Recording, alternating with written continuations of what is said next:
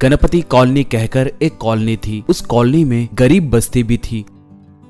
अमीर लोग तरह तरह के व्यापार करते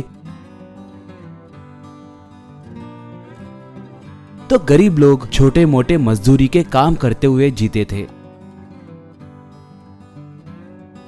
अमीर युवकों के और गरीब युवकों के बीच में हर दम झगड़े होते रहते थे। खासकर गणेश चतुर्थी के समय वो झगड़े और बढ़ते थे।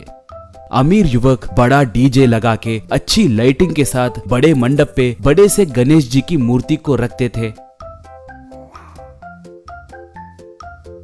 उसके सामने गणपति बप्पा मोरिया, आधा लड्डू खा लिया, जय बोलो गणेश महाराज की जय कहकर नाचते थे।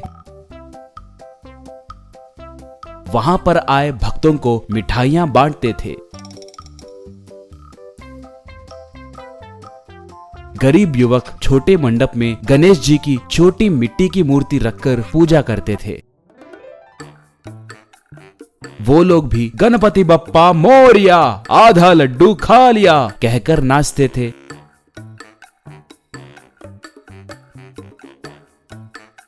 तब भी उनके बीच में लड़ाइयां होकर वो एक दूसरे को मारते थे। एक बार गणेश चतुर्थी का त्योहार आया। धनवान युवक सब समावेश हुए। विक्की नाम का एक अमीर युवक, दोस्तों, दिन ब दिन उन गरीब बस्ती वालों की अकड़ बढ़ते ही जा रही है। नहीं तो क्या वो हमसे पंगे लेंगे? उनके रखने वाले छोटे से मिट्टी के गणपति को देखकर उन्हें उतना घमंड क्यों है पता नहीं, कहा। तब कुशाल नाम का एक युवक, हाँ यार, उतने छोटे मूर्ति के लिए वो उतना बिल्डअप देते हैं। इस बार उन्हें वो छोटा गणपति भी नहीं मिले जैसे करे तो कैसा रहेगा, कहा। गौतम तब, वाह, आइडिया अच्छा है। हम इस बार उन मूर्तियों को बेचने वाले के पास जाकर उन्हें मूर्ति नहीं बेचना है कहकर धमकाएंगे। अगर जरूरत पड़े तो उसे पैसे भी देंगे, कहा। सबको उसका आइडिया अच्छा लगा।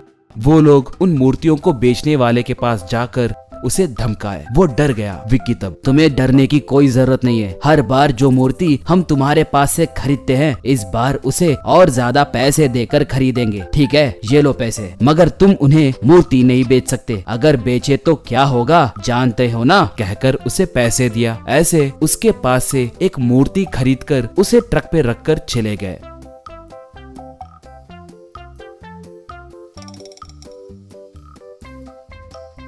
उनके जाने के थोड़ी ही देर बाद गरीब बस्ती के युवक वहां पर आकर मूर्ति देने के लिए पूछे। वो मूर्तियां नहीं है कहने से उन्हें बहुत गुस्सा आया। संतोष नाम का एक युवक तब, क्या भाई, यहाँ पर इतने सारे मूर्तियाँ हैं और तुम नहीं है कह रहे हो? पहले हमें एक मूर्ति दो, कहा। वो तब, नहीं है कहे तो समझ में नहीं आता क्या? उन्हें दूसरे लोगों ने एडवांस देकर बनवाया है, वो आपको कैसे दूंगा, कहा। संतोष तब, भाई कल ही गणेश चतुर्थी है, अब तुम मूर्ति नहीं है कहे तो कैसे? प्लीज कम से कम एक छोटी मूर्ति तो दो, कहा। वो तब, भाई नहीं है कहा ना, आपको बना के देने के लिए भी कम से कम 2 दिन लगेंगे, इसलिए इस बार आप लोग गणेश चतुर्थी को भूल गए तो अच्छा रहेगा, कहा। मुन्ना तब, ओहो यार संतोष, मुझे अब सब समझ में आ गया। वो अमीर कॉलोनी वाले आकर इसे डराए लगता है, पैसे भी दिए होंगे। अब इससे बात करके फायदा नहीं है, चलिए हम खुद एक मूर्ति बनाएंगे। तालाब के पास मिट्टी से मूर्ति को बनाएंगे, चलिए, कहा।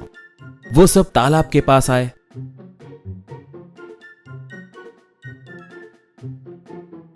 तब उन्हें एक स्वामी जी पानी में डूबते हुए दिखे। बचाइए, बचाइए, बचाइए कहकर पुकारने लगा।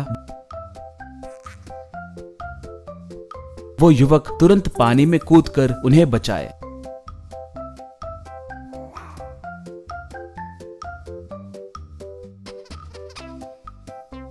स्वामी जी तब, गलती से फिसलकर पानी में गिर गया। वक्त पे आकर बचाने के लिए आपका बहुत धन्यवाद। आपको देखे तो लगता है कि आप किसी परेशानी में हैं। मैं आपकी कोई मदद कर सकता हूँ क्या, कहा। तब वो युवक उसे अपने समस्या के बारे में बताए। स्वामी जी तब, वत्स, आप लोग दुखी ना हो, आपको बड़ी मूर्ति मैं दूंगा, कहकर हाथ को घुमाया। बस उनके हाथ में एक नारियल प्रकट हुआ। वो उसे संतोष को देकर, वत्स, इस नारियल को लेकर आपके मंडप में रखिए, आपकी समस्या दूर हो जाएगी, कहकर चला गया। वो लोग उस नारियल को लेकर मंडप में रखे। उसे देखकर विक्की, क्यों मूर्ति नहीं मिली क्या? उसके बदले उस नारियल को रख रहे हो? बहुत कॉमेडी कर रहे हो, तुम लोग पागल हो गए हो क्या? कहा। बस वो नारियल बहुत बड़ा हो गया। इतने में वो बीच में से फटकर उसके अंदर बड़ी सी गणेश जी की मूर्ति दिखाई दी। वो मूर्ति धनवान युवकों के मूर्ति से भी बहुत बड़ी और सुंदर थी। उसे देखकर सब आश्चर्य में पड़ गए। तब उस मूर्ति में से भक्तों, मैं अमीर और गरीब में फर्क नहीं करता। मेरे लिए सब एक समान है। आप सब मेरे ही संतान हैं। मगर मेरे सामने आप लोगों को लड़ते देख मुझे बहुत दुख होता है। पिता के सामने बच्चे लड़े तो उन्हें कितना दुख होगा, मुझे भी उतना ही दुख होता है। इसलिए कृपा करके आप सब मिलजुल कर रहिए। कहकर आवाज सुनाई दी। वो आवाज सुनकर अमीर और गरीब युवक एक दूसरे से माफी मांगकर गले मिले।